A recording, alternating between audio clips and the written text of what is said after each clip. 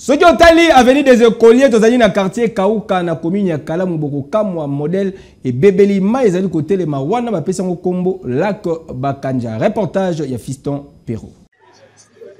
Mai bozali komona awa ezali lizibate kasi ezali mai etondi na balabala kutu batu bakoma kobenga yango lac Bakanja. Tozali awa na commune ya Kalamu, plus précisément na avenue des écoliers, oyo référence nango yebani mingi na kombo ya entrée ya école de navigation. Kasi awa likambu ezali ke babandaki kobongisa nzela oyo avant francophonie et salama po epesa batu ya kotoyo accès facile na stade Tata Raphaël.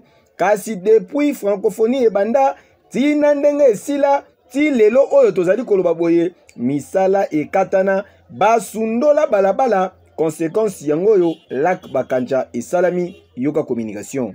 Nzela oyo biso to saka to salaka yango to tsaka mabanga to tsaka bazelo comment on bien to mona tanga francophonie ye tanga francophonie ye abuki o bazo sala nzela ti lelo to mona ka elo côté yango to sengi awa ekomi liziba to matala na boito to sala nini yango to sengi na on sala biso nzela oyo pour depuis francophonie qui les francophonie bandaki na mwani francophonie bandaki esili to mona eloko moko ata sengi na kosala biso nzela mai etondi koto oyo ezosala propreté société etikaki boye bango basalaki tatanga francophonie batiki na bango mosala boye basundoli mosala eza propreté baya kosala mosala tomoni babrike ye kasi bato sala te. Pourquoi? Bon financement de la publicité, comment? Faut aller bâtir moyen, parce que c'est la talama indenge prochain et comme délai. Ma et comme un somme, kolobaku tout était la ma et comme un somme, ma et comme un somme ma casse. L'autre senga, base du moyen bâtir la, c'est là où tout est comme au carrément ma casse. T'as la coûte moto de sala coûte té. Moto de sala té. Ya auto senga basala tous les moyens basi ça la nzela. C'est là où ezaki kitoko mingi. Tango ya ali foreman.